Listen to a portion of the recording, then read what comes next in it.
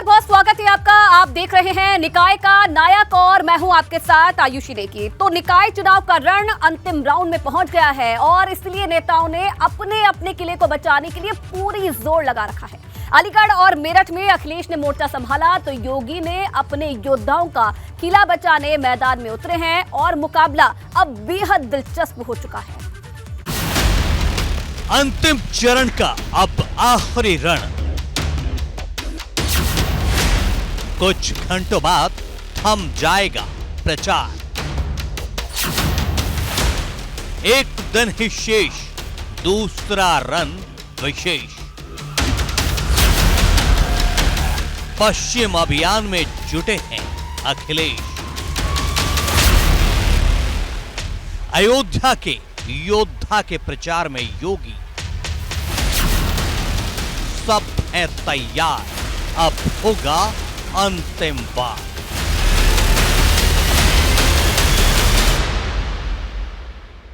निकाय चुनाव के दूसरे चरण में 7 नगर निगमों में चुनाव होना है, जिनमें अलीगढ़ और मेरठ 2 ऐसी सीटें हैं जहां भाजपा, सपा और बसपा तीनों की प्रतिष्ठा दांव पर है। और यही वजह है कि अंतिम दौर में अखिलेश यादव ने भी मेरठ और अलीगढ़ में पूरा जोर लगा दिया है।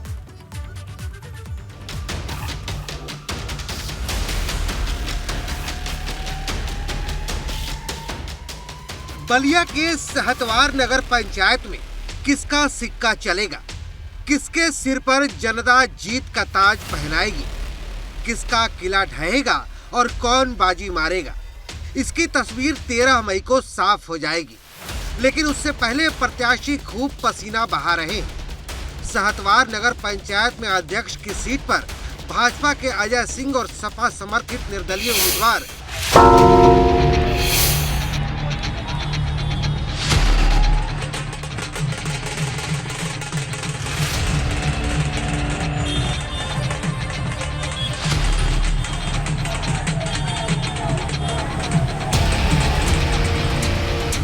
अखिलेश का पश्चिम विजय अभियान। अलीगढ़ और मेरठ में संभाली कमान। मतदान से पहले मिशन पर अखिलेश। क्या रोड शो से बदलेगा मेरठ में जनादेश? पूरी जीप में निकाय प्रत्याशियों के साथ आगे आगे अखिलेश यादव का काफिला और साथ में बुलडोजर पर चढ़े कार्यकर्ता। ये तस्वीरें अलीगढ़ में अखिलेश यादव के रोड शो की है। अखिलेश यादव के रोड शो में आकर्षण का केंद्र बना बुलडोजर, जिसमें सपा कार्यकर्ता हाथ में सपा का झंडा लिए खड़े थे। दरअसल अखिलेश यादव के रोड शो की ये तस्वीरें इसलिए हैरान करती हैं क्योंकि अमूमन भाजपा की रैली में ये सड़कों पर इस तरह बुलडोजर का प्रदर्शन होता रहा है, लेकिन निकाय चुनाव में पहली बार बुलडोजर अखिलेश यादव के रोड शो में दिखाई दिया।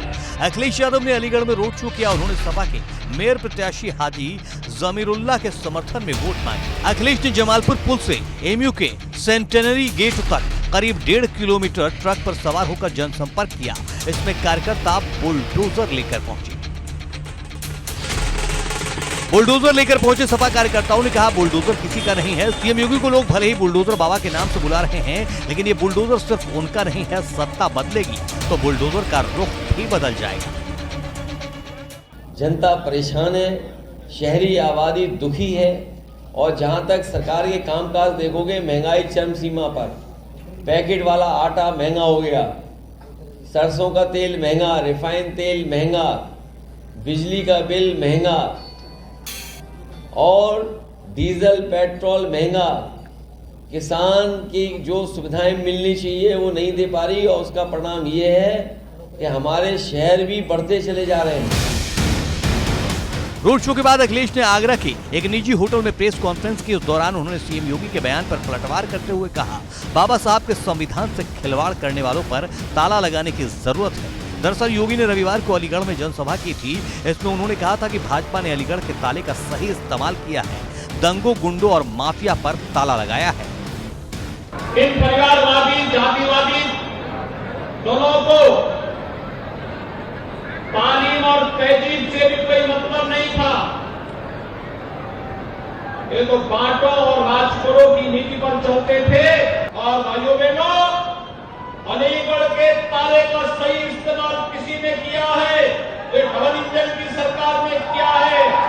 उत्तर प्रदेश में गंगों पर ताला लग गया है। अलीगढ़ का ताला आज उत्तर प्रदेश के गंगों में लग करके उत्तर प्रदेश गंगा मुक्त हो चुका है। जहाँ तक सवाल ताले का है, देखो ताला एक पहचान है, ताले से सुरक्षित की जाती चीज़ है। हमारी आपकी जिम्मेदारी है ऐसे लोगों को ताले में बंद कर दो जो बाबा साहब भीमराव अंबेडकर जी के सिद्धांत, उनका संविधान, उनका बताए हुए रास्ते को बदल रहे हैं। तो चुनाव में जनता से सीधा संवाद और जनसंपर्क का सियासी तौर पर खासा प्रभाव माना जाता है। शायद इसलिए सीएम योगी धुआंधार प्रचार में जुटे हैं। हर दिन सीएम योगी 3 से 4 जनसभाएं कर रहे हैं। आज सीएम योगी ने 3 जिलों में तूफानी प्रचार किया और प्रचार के दौरान एक तरफ जनता के सामने विकास का खाका रखा तो दूसरी तरफ विरोधियों पर प्रचंड प्रहार किया।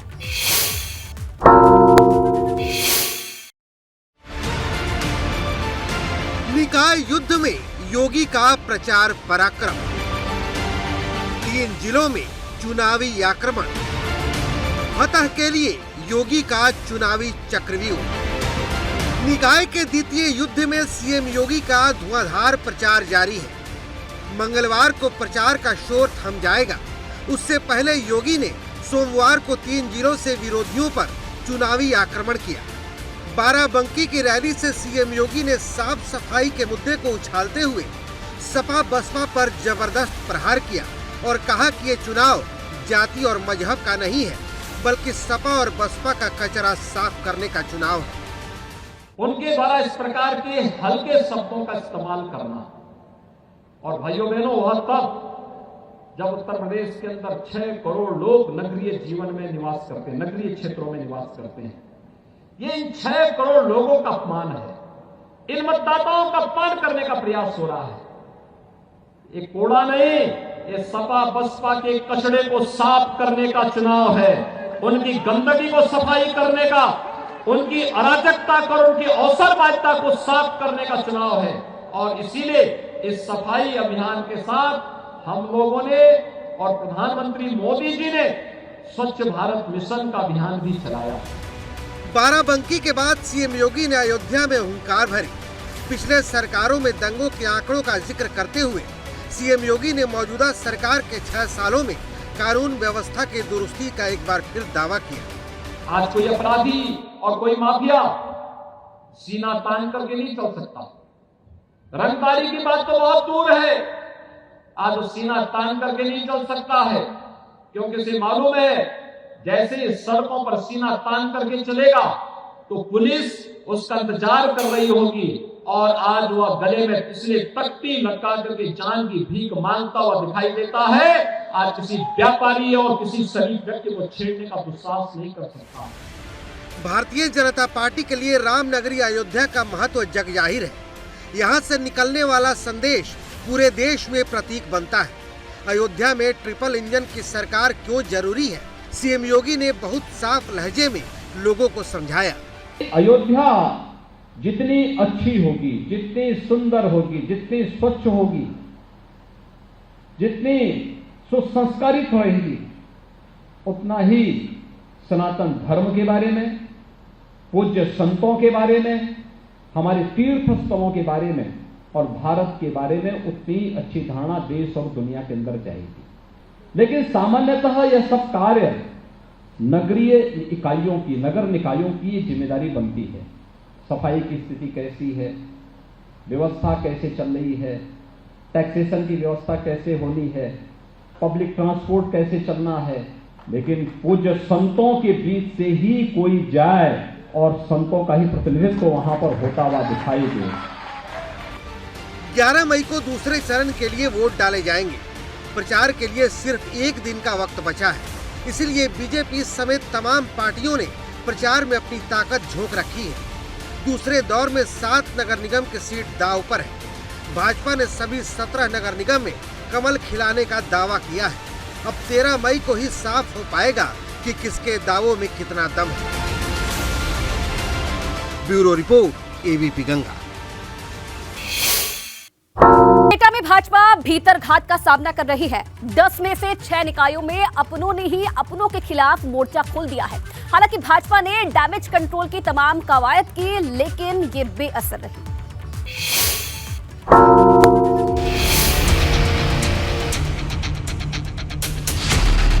एटा में बागी हो गए कमल वाले साथी। 6 निकायों में भाजपा बनाम भाजपा। दिग्गज भी नहीं संभाल पाए बगावत। एटा में भाजपा बगावत के नए दौर से गुजर रही है। टिकट कटने वाले प्रबल दावेदार खुलकर भाजपा के विरोध में आ चुके हैं। एटा जनपद में नगर पंचायत जलेसर, आवागढ़, जैथरा और राजा का रामपुर में टिकट कटने के बाद भाजपा से टिकट मांग रहे पदाधिकारी और कार्यकर्ता निर्दलीय प्रत्याशी के रूप में नामांकन कर बीजेपी के लिए मुश्किलें खड़ी कर रहे हैं, जो अब भाजपा के लिए खुद नई चुनौती पेश कर रहे हैं। हमने टिकट मांगा था। हमने 15 साल महेशपाल सिंह को जिताया है, जबकि महेशपाल सिंह समाज की आबादी 800-900 वोट आती है। वैश्य समाज का वोट 3700 वोट है। व्यापारी प्रति थोड़ी सी नफरत की भावना पैदा हुई, टेढ़ी नज़र से देखने लगे, हमारे ऊपर झूठे गलत सलत आरोप लगाना सिद्ध हो गए। लिहाजा हमारी जनता ने मन बना लिया कि हमको अब नया प्रत्याशी लाना। जलेसर से इंदुबाला कुशवाहा को भाजपा प्रत्याशी बनाते ही भाजपा से टिकट मांग रहे संजीव वर्मा की पत्नी गौरी वर्मा और राकेश कुमार की पत्नी राजकुमारी ने नामांकन कर दिया। सकीट टाउन एरिया में भी भाजपा कार्यकर्ता भाजपा प्रत्याशी शकुंतला देवी को हराने में लगे हैं। भाजपा से टिकट मांग रही रियाज बानो ने तो टिकट न मिलने पर समाजवादी पार्टी से नामांकन कर दिया था, लेकिन बाद में उन्होंने पर्चा वापस कर लिया और अब बीजेपी प्रत्याशी को हराने के लिए बसपा की प्रत्याशी मानवी यादव को सपोर्ट कर रही हैं। इसी तरह से आवागढ़ में बीजेपी से टिकट मांग रहे मुन्ना लाल गुप्ता ने टिकट कटने पर निर्दलीय प्रत्याशी के रूप में अपना नामांकन भाजपा के प्रत्याशी महेश पाल के खिलाफ कर दिया है। यही हालात राजा का रामपुर में है। भाजपा प्रत्याशी रेखा के खिलाफ भाजपा कार्यकर्ता सुनीता ने नामांकन किया है। जैथरा नगर पंचायत में भाजपा प्रत्याशी विजय सिंह के खिलाफ भाजपा के ही विवेक गुप्ता ने निर्दलीय प्रत्याशी के रूप में नामांकन किया है। 2000 में जब मैं चुनाव लड़ा था, उस समय भी भितरघात हुआ। 4 प्रत्याशी हमारे खिलाफ लड़े थे, हमारी सजा थी, लेकिन यहाँ की जनता ने, हमारे समाज ने सबको नकारते हुए एकतरफा वोट दिया था। पिछले चुनाव में भी 5 सजाती प्रत्याशी थे, भितरघात की कोशिश हुई, लेकिन हमारी जनता इतनी जागरूक है कि सबको मुंहतोड़ जवाब दिया और विजय से दिलवाई। कमोबेश यही हालात एटा नगर पालिका परिषद के अध्यक्ष पद के चुनाव में है। यहाँ सीधे सीधे तो भाजपा विद्रोही उम्मीदवार के तौर पर किसी ने नामांकन नहीं किया है, लेकिन भाजपा ने सुधा गुप्ता को टिकट दिया तो भाजपा से टिकट मांग रहे वैश्य और ब्राह्मण वर्ग के दावेदारों में असंतोष फैल गया। वे अंदर ही अंदर भाजपा प्रत्याशी की मुखालफत कर रहे हैं। हालांकि एटा पहुंचे तमाम दिग्गजों ने इस पर 2 टूक शब्दों में चेताया भी था। भारतीय जनता पार्टी के जो नाराज होंगे वो सब मान गए हैं, और जो नहीं माने, आप सबके माध्यम से उनसे भी अपील करता हूं, जो कार्यकर्ता पार्टी के लिए काम करेगा उसके सम्मान का ध्यान पार्टी रखेगी, और जो गड़बड़ करेगा उसके खिलाफ कार्रवाई करेगी। वो तो बनेगी ही बनेगी, पूरे उत्तर प्रदेश में बनेगी। मुझे ऐसा कोई भी जाहिर नहीं हुआ। कई बार आने पर भी कोई हमारा कार्यकर्ता विद्रोह की तरफ है या विद्रोह की तरफ है। सबकी बार भाईचारा और एकजुटता के साथ होकर एक दूसरे को लेना होगा। स्थिति की गंभीरता को देखते हुए बीजेपी द्वारा डैमेज कंट्रोल टीम बनाकर रूठे कार्यकर्ताओं और पदाधिकारियों को मनाने के प्रयास भी किए गए, लेकिन वे सारे असफल साबित हुए। कि 1 या 2 दिन देखना कि सब एक मंच पर होंगे, ये एक नेचुरल चीज़ है। जब किसी को उम्मीद होती नहीं मिल पाती है, थोड़ी सी कष्ट तो होता ही होता है, लेकिन भाजपा के अंदर ये जरूर देखा गया है कि 1-2 दिन में से नॉर्मल होकर पार्टी के साथ काम करती है। भारतीय जनता पार्टी पूरे दमखम के साथ चुनाव लड़ रही है। कोई नाराजगी नहीं है। सर्व समाज की पार्टी है और सर्व समाज के द्वारा हमको वोट मिलने वाला है। कोई पुराने कार्यकर्ता बागी नहीं है और सब कार्यकर्ताओं पे पुराने दायित्व रहे हैं और वो भूमिका निभाते हैं। उनको भी भारतीय जनता पार्टी ने कहीं न कहीं जनप्रतिनिधि के रूप में और बाकी चीज़ों के रूप में बहुत कुछ दिया है और वो आगे भी उसके हकदार हैं। साल 2017 के नगर निकाय चुनाव में भी एटा नगर पालिका परिषद की भाजपा प्रत्याशी शालिनी गुप्ता भीतरघात के चलते महज 167 वोट से हार गई थी। यही हालात इस बार के चुनाव में भी दिखाई दे रहे हैं। भाजपा ऐसे विद्रोही उम्मीदवारों को न तो बैठा पाई है और न ही पार्टी से निकाल पाई है। ऐसे में इसका बहुत बड़ा नुकसान भाजपा को एटा के स्थानीय निकाय चुनाव में उठाना पड़ सकता है। Bureau report, ABP Ganga. Kanpur में सपा ने इस बार एड़ी चोटी का जोर लगा रखा है। शिवपाल सिंह यादव और डिंपल यादव खुद मैदान में उतर चुके हैं, जबकि कल अखिलेश के भी कानपुर आने की खबर है। सपा के निशाने पर कानपुर की मेयर सीट है, जहां से उन्होंने अमिताभ वाजपेयी की पत्नी पर भरोसा जताया है और उन्हें यहां पर मेयर प्रत्याशी के रूप में उतारा है। जहां आज आपने देखा डिंपल यादव ने रोड शो किया, चुनाव प्रचार किया और अपने प्रत्याशी के लिए वोट की अपील की। खुद शिवपाल यादव भी मौके पर मौजूद रहे। तो समाजवादी पार्टी ने पूरी कमर कस ली है कि किस तरीके से जो कानपुर का किला है भारतीय जनता पार्टी का, उसमें सेंधमारी की जाए। और अब खबर यह भी है कि कल खुद अखिलेश यादव यहां पर मौजूद रहने वाले हैं, क्योंकि कल देखिए प्रचार का आखिरी दिन है और इसलिए समाजवादी पार्टी भी कोई कोर कसर नहीं छोड़ना चाहती है आखिरी दिन, और इसलिए अखिलेश यादव खुद मौके पर मौजूद रहेंगे, प्रचार प्रसार करेंगे, क्योंकि सीधा सीधा मुकाबला कानपुर में Bharatiya Janata party versus Samajwadi party माना जा रहा है। और इसलिए कल आखिरी दिन रणभूमि में तमाम रणबांकुरे अपनी ताकत आजमाते नजर आएंगे।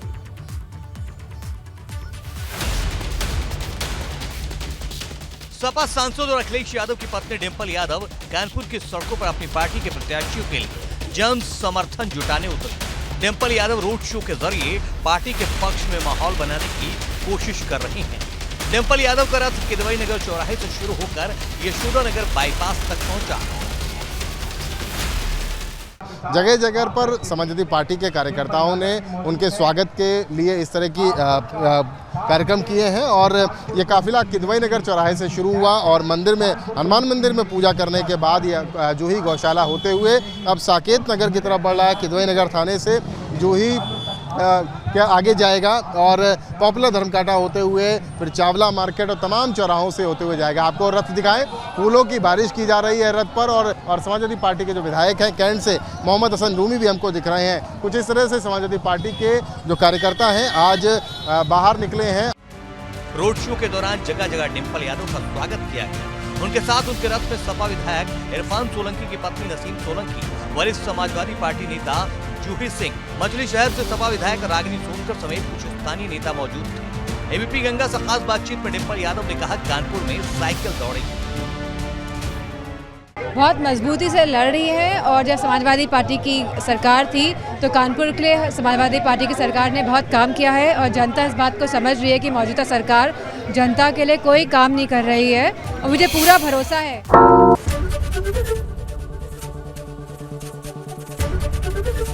एबीपी गंगा, खबर आपकी, जुबान आपकी।